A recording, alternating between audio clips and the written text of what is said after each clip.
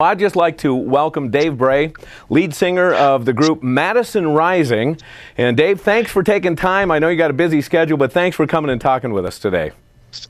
Hey, thanks, Jerry. I'm actually at the Young Americans Foundation today in Washington, D.C. I'm broadcasting you from their conference room / Oval Office sort of thing they have going on. So it's a pleasure. Thanks, you're welcome. Hey, it looks good, too. You got the flag in the background there. It looks very, very patriotic. And I know, Dave, that you're a Navy veteran. Thank you for your service, first of all. But can you tell us a little bit about your background? Sure. I served as an 8404 corpsman for 2nd Battalion, 2nd Marines out of Camp Lejeune, North Carolina. I did a 6-month MEU Marine Expeditionary Unit, which was our float to the Mediterranean. We got called off the Mediterranean, and we ended up defending Liberia and the basically the American embassy there for roughly 3 months, and that was where we did most of our our tour. And then we packed it up and we came home, and it's nice to say that all our men and women came back from that tour. All right. When you were in the service, did you have a chance to play music at all? Yeah, I was actually on a helo carrier, LPH-9, the USS Guam, which has long been decommissioned, I believe, by now. And there was guys in the helo company that could, they'd bring instruments and things like that, and not like me, who was with the Marines, who you had a sea bag, a pair of socks, and a set of boots and a gun. But these guys had instruments, so I did get to play a little bit on the float. I also kept in contact with some of my buddies back home that I had started playing with before I had joined the service. And we would send back and forth, tapes and audio and things like that, and wrote songs for when I got out. All right. Well, now you have plenty of chance to play music. You're in the band Madison Rising, and you guys have been called, I love this, an openly conservative band. Now, I've also read that you're a patriotic band. Tell me a little bit about the band and the message in your music. Well, first off, we're the group of guys that's in the band. The musicians are absolutely top-notch. Some of the guys went to Berklee School of Music. They went to GW, Rochester University. One of the guys played with Scott Stapp from the band Creed.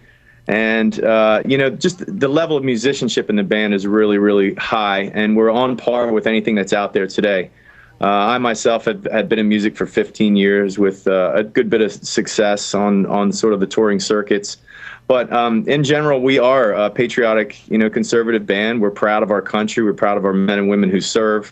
And those are the things we sing about. We sing about how great this country is instead of bashing it like Springsteen does, and, a lot of these other guys who claim they're patriots.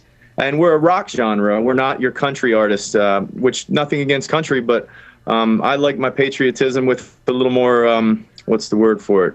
Harder edge and rock and roll feel. So we wanted to bring something like that to the table, and that's what Madison Rising is doing.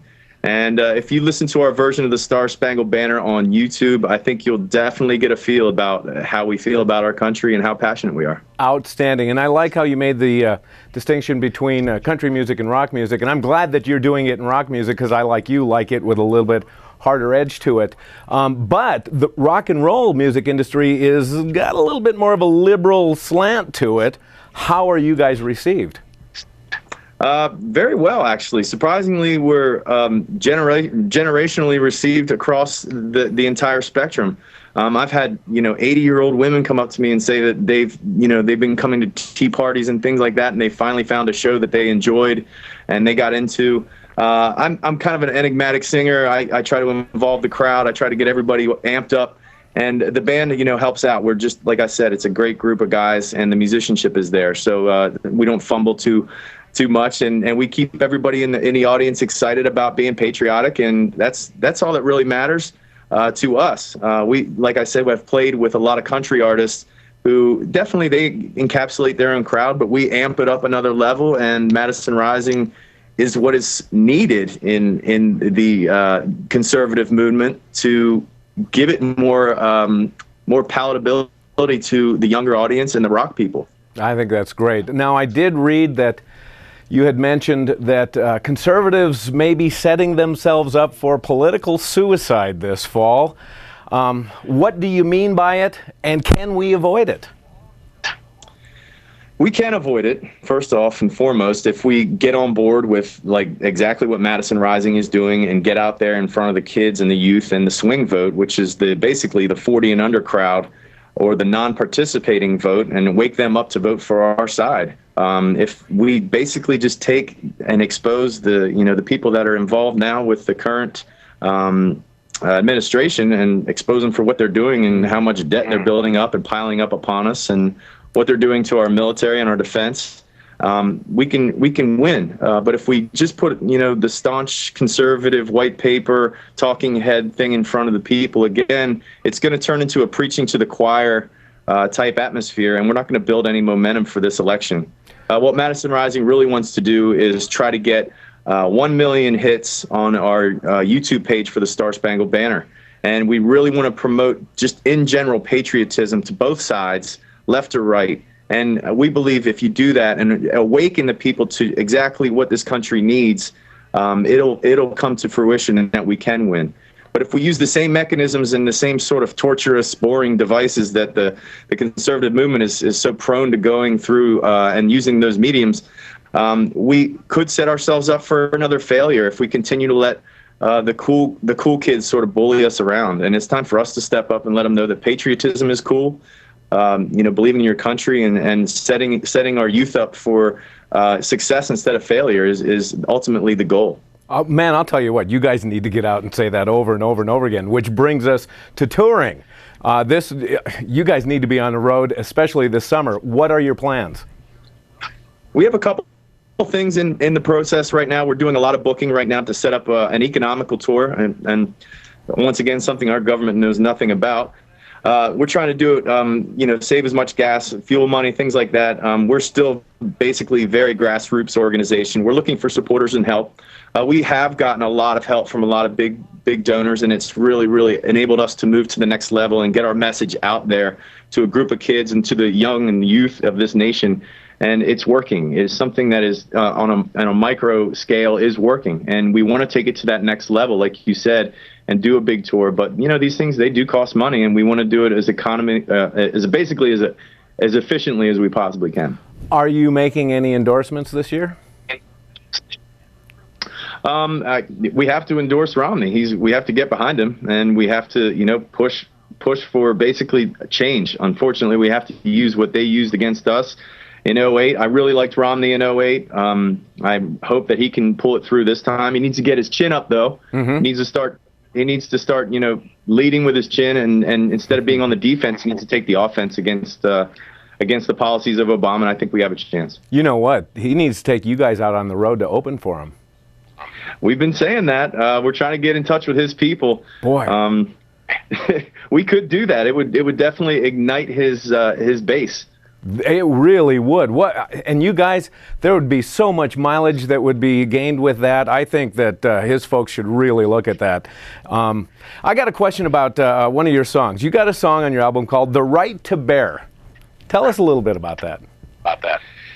Well, it's self-explanatory. I mean, it's the Second Amendment. It's one of the most important ones. It protects all the others. It's basically, our citizens are soldiers of our Constitution. They may not wear camouflage, but they do and may have to be called upon to protect that Constitution against, even if it is our own government. I mean, that's basically what the document says, and we need to stand by it. And, I say more people that go out there, buy weapons, buy ammo, charge it on your credit card, let them know you're buying ammo, let them know you have weapons. Be proud, be members of the NRA. Stand up and get our numbers up there.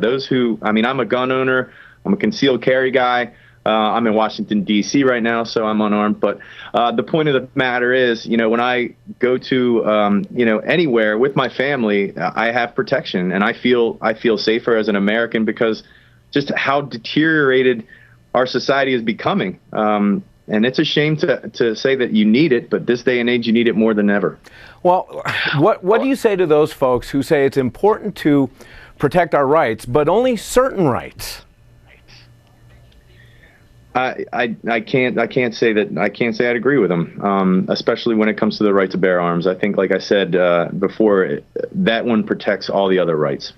And I think that that brings us to the next question, because there are certain rights that some folks think are important to protect, and then, you know, they ignore others, and then you get the media that goes along with it, which brings up this question about media bias. And I just saw where Dan Rather again was denying that there is such thing as media bias. Do you have a position on that, Dave? We do have a position. I have a position, and you know, everybody has their. I mean, if you just look at the Trayvon Martin case, it takes both topics we just spoke about and balls them together. How the media manipulated the 911 call. I mean, you look at these things, and it makes you really question what is coming over the airwaves and how it's being interpreted by the youth and by different sectors of the American culture.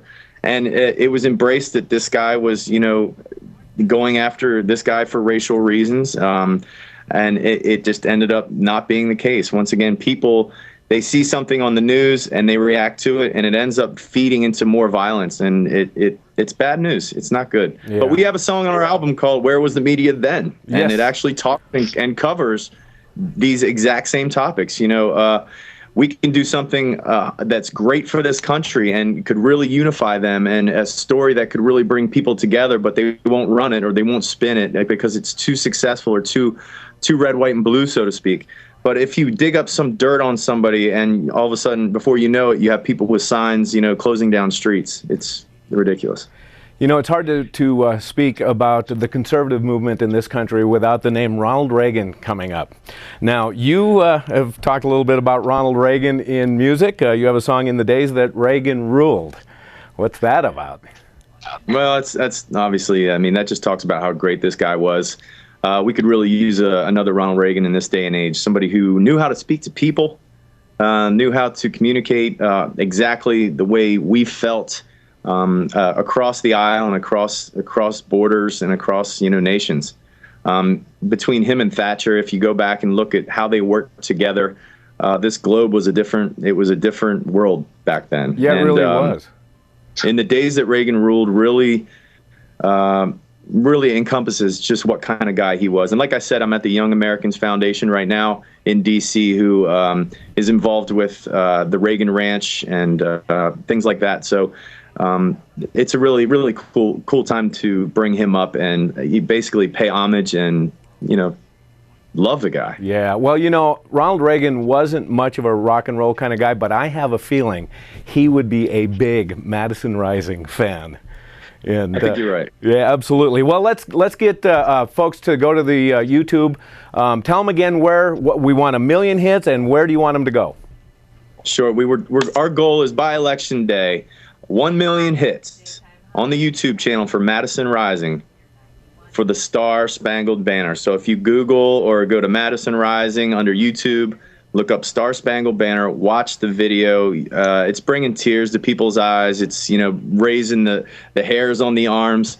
It's really a powerful message about this nation, about our country, and it gives a new taste to how cool being patriotic can be. And it's fun talking to a true patriot. Dave Bray, Madison Rising, thank you for spending time with us, and we hope to see you out here one day. Thanks, Gary. I'll definitely stop by to see you, and we'll do some of that steelhead fishing you were talking about.